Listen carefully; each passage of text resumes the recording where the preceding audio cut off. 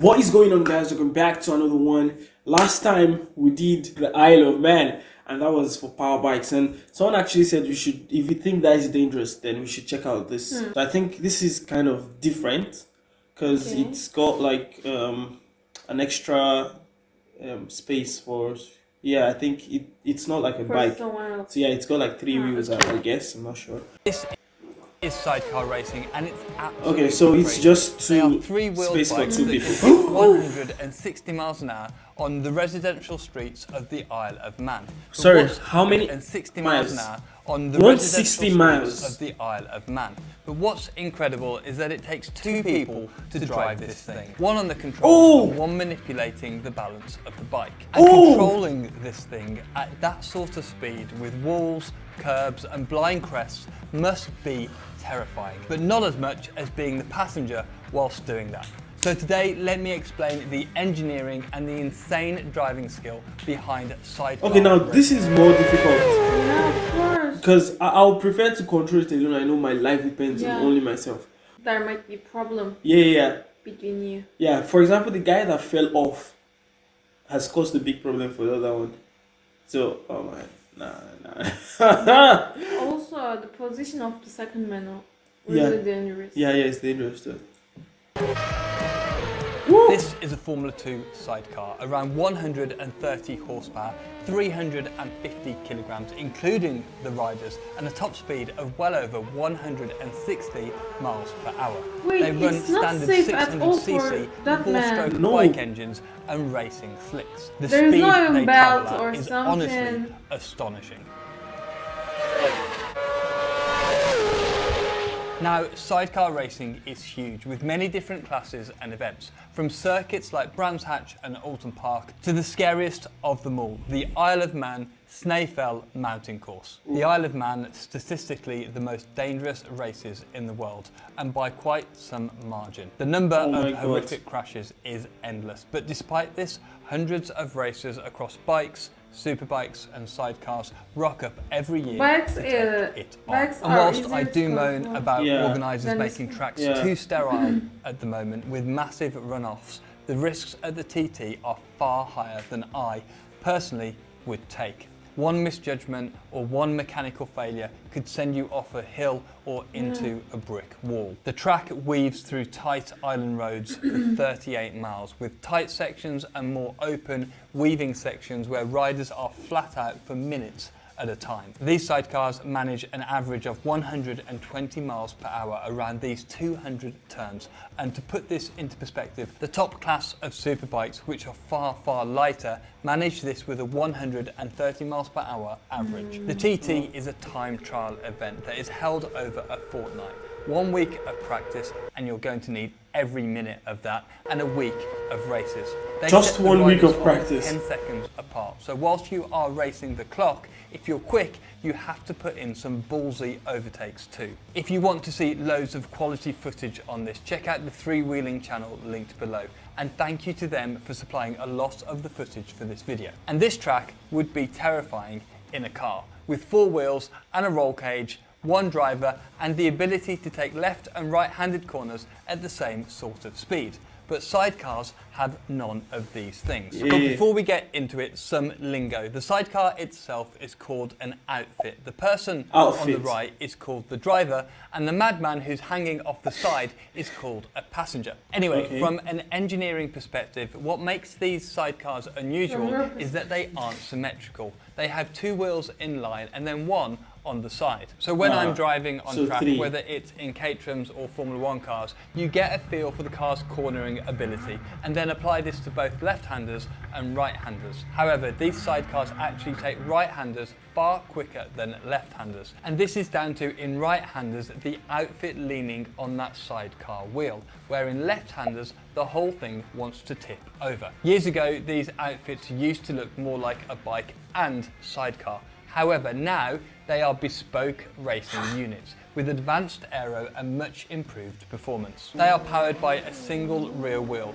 the one behind the driver, and are steered by the front wheel through some very small handlebars. They can also outbrake superbikes down to the huge slick tyres and the enormous car brakes that stop all three wheels. And look here, they use flat racing tyres rather than the rounded bike tyres, so they have a much larger contact patch, so more grip in the corners and especially on the brakes. Now to the at question least there is I'm something. sure you're all wondering, what about the dude on the back? Well, they are called passengers, or more casually, monkeys. And that kind of makes sense. These guys have to be incredibly fit just to hold on at these speeds and G-forces. Their role is to maintain the balance of the outfit. Without them, the sidecar just wouldn't work. It's like It would be acrobacy. minutes a lap slower around the TT course. So they cling on, staying out of the airflow on the straights and hang off either side around the corners, essentially making up for the uneven handling of the sidecar. Around right-handers, they climb over the top of the driver to keep the weight on the Why will inside you tyres. Then put on yourself in left-handers, this they I'm top sorry. situation, right? Yeah, I mean, if you can have Don't a you like balanced to- car, Huh? if you can have a balanced car, a balanced bike, why do you need an unbalanced one? Like, They're just looking for excitement. bro, this is There's dangerous. Other No other reason. Bro, man, I respect to people doing this. for the uneven handling of the sidecar. Around right-handers, they climb over the top of the driver to keep the weight on the inside tyres. Then on left-handers, they hand precariously over the side of the bike. And this is the bit that looks the most sketchy. They very often skid their backs along the surface of the track and Why? can even get knocked off if the driver gets it wrong. Along the straights, they duck out of Like the nothing airfield and happened. pop up in the braking zones to add as much drag as possible. Then as the driver turns into the corner, they have to quickly but carefully get in position so that the bike sticks. So in a car, you trail brake into the corner, meaning you gently release the brake pressure as you enter. This is all to transfer the weight of the car as gently as possible. On a sidecar, the driver is still doing this, but with the added component of another person moving around too. And it must be so tough to coordinate these two things perfectly. Some passengers even count or feel the bumps. Also, they don't need to pop their head up to see when the next corner is coming, which around a 38-mile lap is mighty impressive. As you can imagine, That is it takes impressive. enormous trust. Some people don't need to even raise up their heads to see what the turn is now. What the wait? This has got to be like This is a something superpower, something. Because this is the first time I'm hearing of sidecars, and it's blown my mind. Like, I'm blown right now. Why will you drive an unbalanced car? It's like gambling with your life. It's just you're purposely throwing yourself Especially into this it. passenger one. Exactly, that Oh my passenger God. guy is. Man, I don't know. From both parties. The driver has to trust that the passenger will be Whoa, in place to look give at the him way grip he's when he needs tilted. it. Then the passenger has to trust the driver that he's Oh, got his bro. estimations right. The passengers hold on to a few specific handles. The main one is in the centre of the bike. The riders hold this through the highest G sections, the braking zones, where they have to be up pretty high on With this kind of speed, imagine that you can't hold the Metal or something. Yeah. the bike whilst the driver is on the anchors. Then there are several smaller holes around the sidecar for the cornering sections, as well as a specially shaped platform with places for the passenger to jam their foot in for grip. It really is like rock climbing at 150 miles per hour. Now what I But find still, mad it's is difficult. also what the driver has to do. It's not like a car where the grip is more predictable and the balance of the car is pretty steady. The most a car changes is when the tyres wear or the fuel burns off, both of which happen slowly and predictably. But on these bikes, if the passenger isn't in the right place at exactly the right time, the bike won't have the grips you expect it to. There really are two people steering these sidecars. But the thing I can't get over is the enormous risk that every driver takes on this track. Many of the riders have rituals where they hug their families every time they get on the bike at this track. even in practice. There are too many crashes, many of which are tragic, so you can imagine the nerves when sat. So at that why are you start line. doing But as we this? all know, all motorsport can be dangerous, and we go into Exactly. it knowing the risks. But The this- skill, composure and dedication from these riders demands huge respect. One thing I had to find out was, Huge how do you respect. build up to doing this? How do you first learn the ropes in hanging off the side of a sidecar at silly speeds? Well, just like what karting is to single-seaters, miniature sidecars is to sidecars.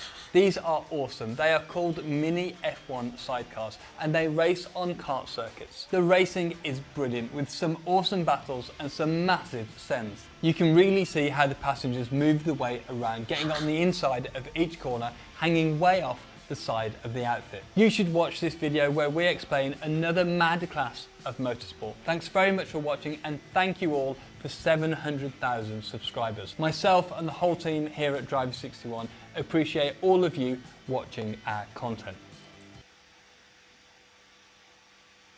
I mean, I respect, Of course. but there is no need for this.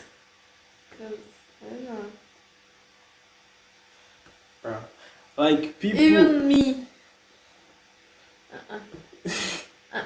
like you guys saw the way she was so hyped for the bikes and like despite this crazy speed. But I think this is definitely riskier than just like than a bike. Because on the bike at least you know your life is in your hand and you just all you need is full concentration.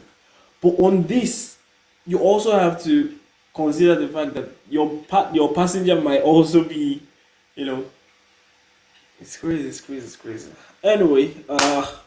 wow, respect to these people. People will go to any extent to put food on the table, man, and that's probably the purpose of life. I know it's weird, but speed in a car makes me more worried than bike. I don't know why. What? Really? I like bikes.